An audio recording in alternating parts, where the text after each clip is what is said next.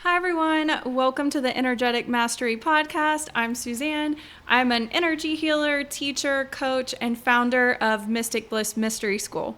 So, my whole philosophy about spirituality is that the whole point is to bring us back to who we are and clear the static, and also to have a happier, more joyful life. So, the problem that I see with a lot of spiritual teachings is they're just teachings, they're just philosophy. So, I make it a point in every single one of my episodes, every single one of my classes, to make sure that you leave with practical tools to actually change your 3D life. We are not here to just meditate and reach these higher states and have our 3D life stay the same. So this is all about deeper relationships, deeper connection with yourself, deeper connection with nature, being more present so that you can actually access your joy, who you are, and enjoy all of life more. So today's lesson is on conscious relationships, soulmates, and twin flames. So we're going to get into some of the unique challenges that spiritual people tend to have in relationships. You know, we have all these things that come up, Kundalini awakenings, maybe telepathy, past lives, all this kind of stuff, soul contracts. How do we navigate it? So that's what we're talking about today. And this is actually an excerpt from one of my private classes for my mystery school, and we streamlined it a little bit, and we took out the live Q&A and also the live energy healing where we cut cords, released expired soul contracts, and did a general healing. But the foundation of the class remains, so I hope you enjoy it. In the upcoming episodes, we'll be talking about the body-spirit connection, how emotions can actually affect our health, weight loss, aging, all of that kind of stuff. We also have one on flower essences and working with the energy of flowers and nature spirits, which is one of my favorite things. Practical timeline jumping, not just, woo-woo quantum leap, but how to actually change your identity to actually change your 3D life. That is what we are all about. Anyway, we have a lot of exciting things coming up. I hope you enjoy this class and it opens you to more clarity in your spiritual relationships, as well as more depth and beauty and connection. The first thing that I want to address is something that I feel a lot of us kind of have an illusion about as far as spiritual relationships go, and that is that suffering is somehow necessary. And this goes across all life. This doesn't just apply to romantic relationships. This applies to everything. There's kind of this point of view that a lot of people seem to have that, suffering is just part of the path. And that may be true. Like, you're not gonna escape the suffering of people you love dying, for example. I'm sorry, but that is something that, like death is something that we deal with on this plane as human beings. But there's always more grace and more joy and more ease available. The thing is, we all have a team of spiritual helpers. We have angels, we have our highest self and other versions of ourselves.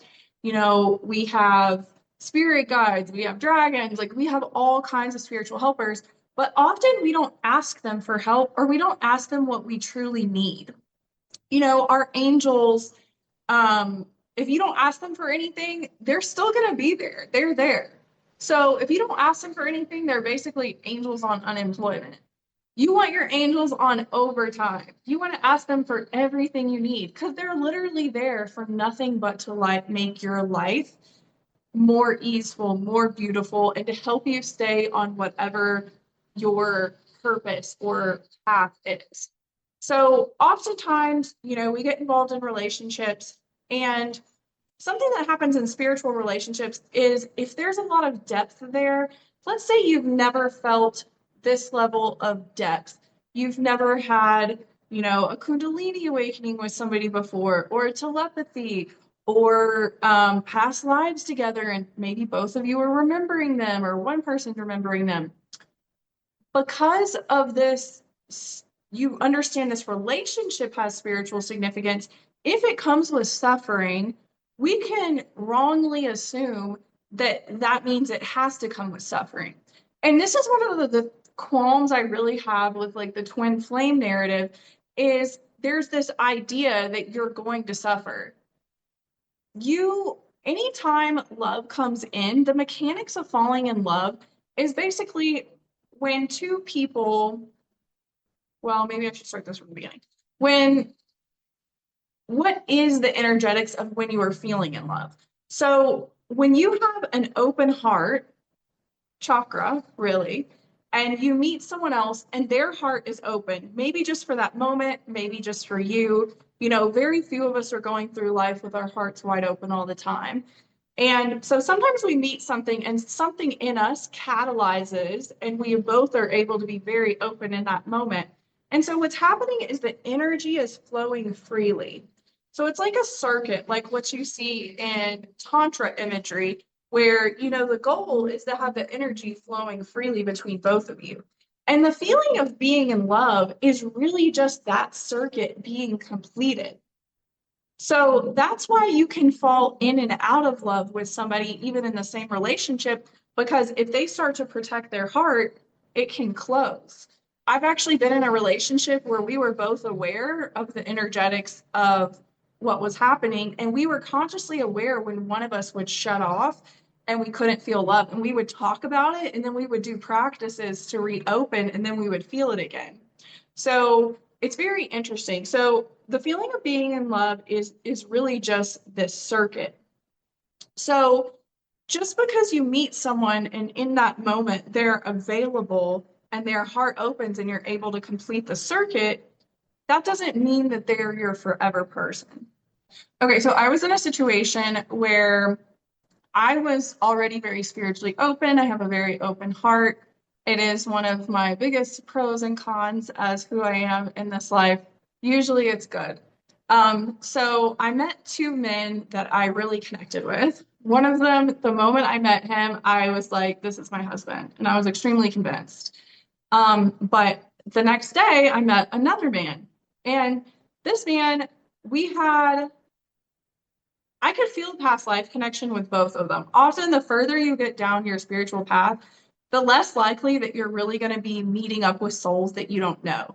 A lot of times, we're either closing out old karma or we want a specific lesson and we have asked people that we know before we came into this life, and we'll get into soul contracts in a minute, but we have asked them to basically do a cameo and meet up with us in this life.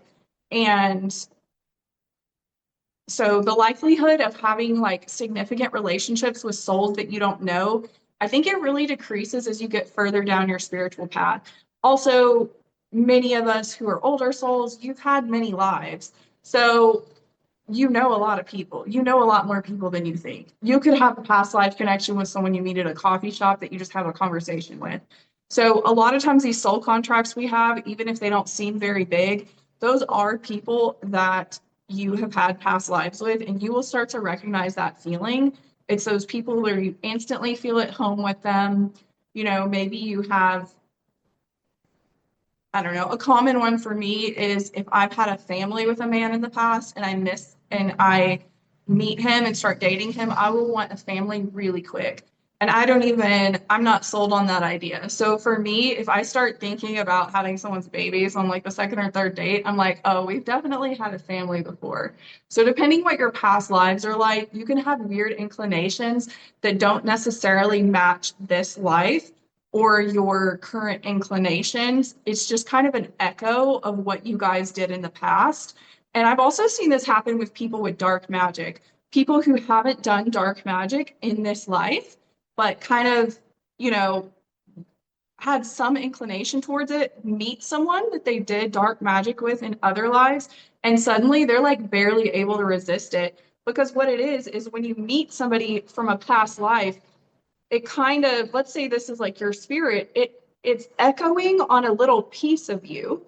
So this is the reason why when we meet people from past lives, a lot of times it can activate certain gifts that we have. Maybe we were more of a seer in a past life, so it will activate that, or this dark magic thing, or just, remembering you have a lot of power or timelessness, whatever it is. So when we meet people from past lives, it's kind of like the blueprint of their soul lights up something in the blueprint of our soul.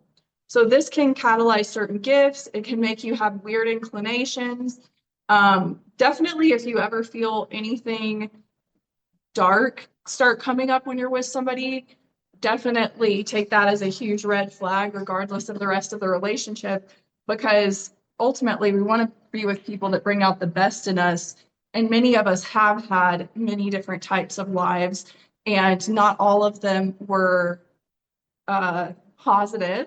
And if you're more on a light worker path this life, then you want to stay on your light worker path most likely, you know?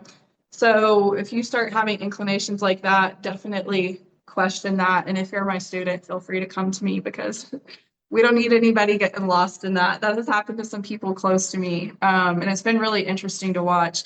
I personally don't think I'm very much of the light, and I don't mess with any of that stuff, but I do believe some people's, lesson in this life is to do dark magic and then learn from it. So when someone decides to do that, I'm like, you do you. Like, we just don't want to be involved. Um, so yeah, all that to say, different people, a lot of times when they come into your life, the people that we date as spiritually awake people are often past life connections. So cause us to have weird urges, also activate our gifts, which is really awesome. So I met these two men, both past life connections. One of them is very powerful spiritually in this life. He was an energy healer, and he had been an energy healer for about 15 years. He was very confident in it, extremely clairvoyant, like could pick a thought straight out of your head, clairvoyant, could walk around, look at someone, tell you what they were thinking, like to an insane, probably the most clairvoyant person I've known personally. So I was like, this is so cool, and I just thought, as I got more involved with him, he would teach me spiritual practices. He was a pranic healer. This is how I got into pranic healing. So that was probably a soul contract. Um, but there was a lot of friction between us too. It was hard. Like, we didn't like doing the same things. We would argue. Sometimes he would say little kind of mean things to me. The other man was very sweet, very comfortable, very just felt like home. Like I could have the easiest, happiest, sweetest life with him. But this is where the nervous system comes in too, because at this time in my life, I was so used to chaos that I mistook that for chemistry. So when I didn't feel any friction with him, I was like, I don't think I can be with this person. I'm going to be bored. There's no chemistry, even though I looked at him and found him extremely attractive. I was just like, there's something missing. But this other guy was so exciting. Like there was friction, but it was exciting. And he was teaching me so much. I was like, this must be the decision I'm supposed to make, even though it's so hard. Even though this other guy is like my dream husband, I must be supposed to choose this one because I'm learning so much. It's really hard, but I'm learning a lot.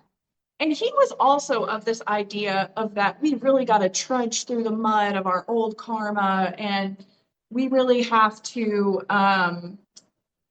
it's going to hurt, but you're going to make it. And so I became convinced that I was supposed to, because I was learning so much spiritually, that I was supposed to go through this relationship. I'm going to get into some of the twin flame stuff. Um, when you have these things like a runner chaser relationship, or you have the twin flame thing where someone's like, I met this person, I fell in love with them instantly. They're my twin flame, but they're married, or maybe they're both married. Do you really think that your ideal, most blissful life was to come here and be tortured by a married person? I personally don't think that makes sense in any reality.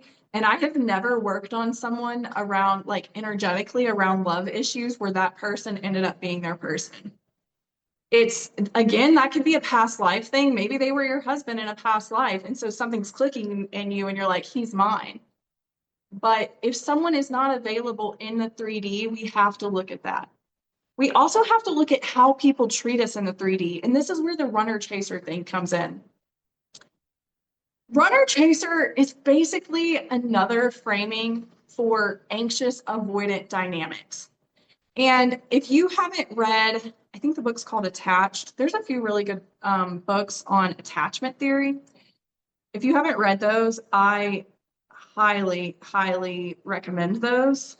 People who are anxious, often they get involved with somebody, and what happens, this is the person who, let's say I'm anxious, somebody, I've gone out with someone a couple times and I text them and they don't text me back right away. So all day, I should be doing my work, but instead I'm just thinking about them. I'm calling my girlfriends. I'm like, he didn't text me back.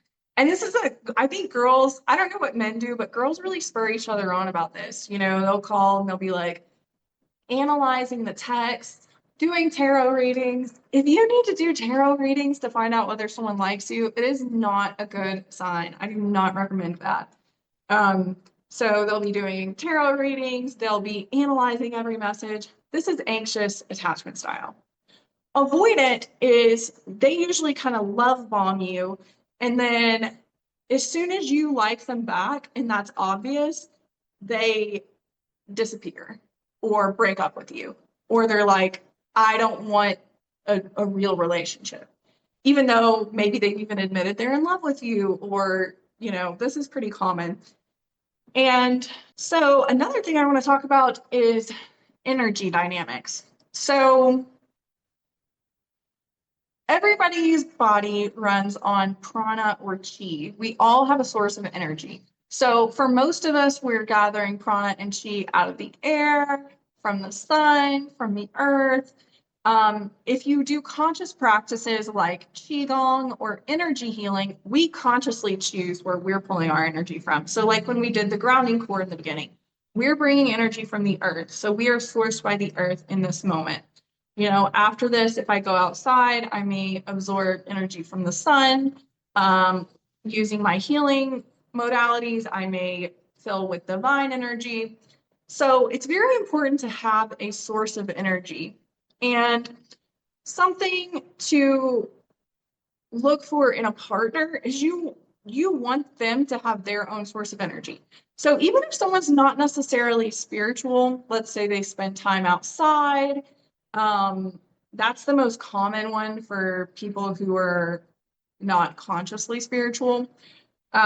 You have to be aware if somebody doesn't have a conscious source of energy that they plug into, they're likely to plug into you, especially as a person with a lot of light. So a couple of people on this call are my students. So if you guys are energy workers, you have a lot of energy. You have a lot of light. And people who are missing light are attracted to that. So we need to be cautious of being with people who don't have a source of energy.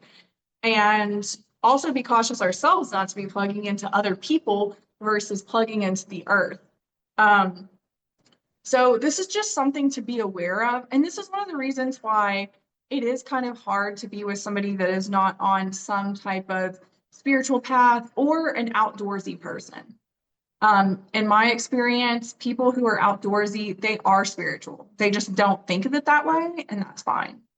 Um, so yeah, you want to be careful to notice that people are not plugging into you. And if you start to feel drained often around somebody, make sure to put your shields up and yeah, don't let them plug into you like that. When I was in a 14-year relationship, and when I got out of that relationship, I had so much energy all the time. I was literally like a new person. I was like so athletic. I was like barely eating. I got super skinny because I just had so much energy. Like I was just like, because I had been drained for so many years, but I didn't realize.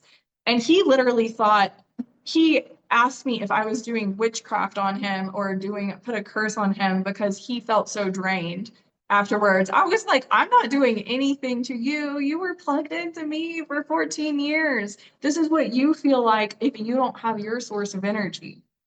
So that's very important for all of us to recognize where your energy comes from. Because the moment it becomes conscious, you're so much more powerful. Your body will find a way to get prana. There's prana in the air, you know, but plugging into a light worker is a pretty easy way for people to do it. So that's one of the reasons we have the whole narcissist light worker combo that tends to pop up is because narcissists are looking for energy. So be aware and just keep an eye out on that. So I'm going to tell you guys a little anecdote story about Tantra. So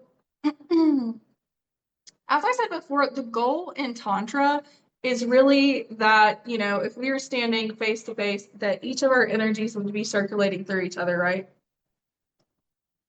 And that's why in Tantra, you don't have to be having sex to have orgasm. You can have full body orgasm just from looking in each other's eyes, breathing together, and letting your energy cycle. But this requires each person's energy to be running smoothly through their whole body. So that's why as an energy worker, you're way more likely to have tantric orgasms. Like I can have an orgasm from looking at a flower sometimes, and I'm not even kidding. Sometimes if I hear a spiritual truth, boom, orgasm. So that's just a little side benefit of when your energy is flowing freely. But it's really amazing with other people because if you can find another person who also has their energy running freely, it's pretty instant. So when I first got interested in Tantra, I was dating this guy online and we both read the same Tantra book and it had like some really basic, they weren't like lewd exercises or anything, they were like breathing exercises. And so we we're like convinced that we really like each other. We're talking for, I don't know, at least a month. I don't know. I don't remember how long I knew him online, but we're talking all the time. And then we finally meet and we both find each other extremely triggering. Like in person, we do not get along. But he had like driven a long way to be with me. And then turns out he had the same birthday as my mom, which is funny because my mom's also triggering. So it's not surprising that being with somebody with the same birthday as my mom would just be, it's not good. But we would have our good times, but then we would argue. And so we only spent like a few days together. But so he spent the night with me. And the next morning, when I was doing my meditation, I was doing energy healing on myself in the morning. I gave him an energy healing too. And and at the end, when I do energy healings on people, I always make sure that circuit is flowing freely within them. So then after that, he wakes up and we end up having sex. And almost instantly, we both have tantric full body orgasms, like busting out the crown, everything. And neither one of us had before because I had just cleared everything that would block the circulation. And, I had cleared the channel in our spines too. So our energy basically was in a circuit instantly. So that's just something that shows you how Tantra actually works and that feeling of being in love. Like in that moment when that circuit completes with someone, you do feel like you are in love. And I don't know, it'll reframe love for you. But the interesting thing about this is I had thought before that you would need to really love someone, and the deeper your connection with them was, the more likely you were to have tantric experiences. But really, you're more likely to have tantric experiences if you or the other person have good energetic hygiene, because it's actually just the circulation and completing the circuit. So I thought that was really interesting, and that really taught me a lot because I had been with somebody that I really loved and not had that experience. And all it took was giving someone an energy healing and myself an energy healing, and boom, circuit complete. So I thought that was pretty fascinating. Okay, now we have a couple little practices that you can tap into to kind of discern what's going on with somebody.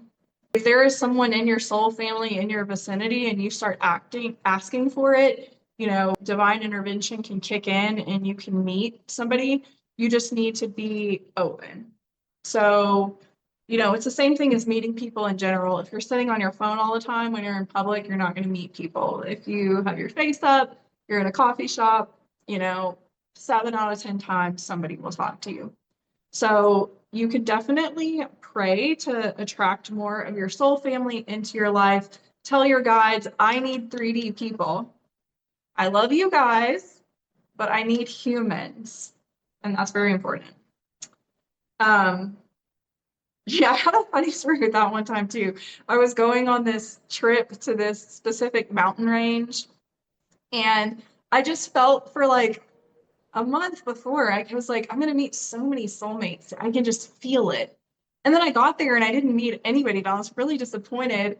But I was very connected to the land, and I went to this lady for a healing, and she was like, I know you're disappointed. I know you thought you were gonna meet soulmates here. And I'm like, how does she know that, first of all? And then she's like, it's because they're not human. And she's like, you have reconnected with these Native American guides from past lives. And, I know you've been feeling these spirits around you, blah, blah, blah. And I was like, oh. So, yeah, this is another thing where, just like in the manifestation lesson, be careful what you ask for. If you want humans, ask for humans. And nothing wrong with some extra angels and land spirits, but if you need more human love in your life, I would definitely be specific. Everything is ritual, right? Everything is divine. Nothing is as it looks on the surface. So dating is just like everything else, Before you go on a dating app, say a little prayer. Ask your guides and your highest self to let you know what is for you and feel your intuition when you're swiping. Don't just swipe, swipe, swipe. Make a ritual of it, feel it. And the same thing when you go out on a date. If you have energy healing, clear yourself off first. If you don't, just do what we just did. Disconnect your cord, reconnect earth energy, or do some kind of little guided meditation. Go out in a good state when you date. The more your own soul's energy is emanating, it's the same thing as the manifestation lesson. The more your soul's energy is emanating, the more you attract back things that actually match your soul. The more you have all this stuff in your aura that is your childhood trauma, everything past partners did to you, the more that stuff's floating there, you're attracting more of that same thing back because that's the resonance that you're putting out.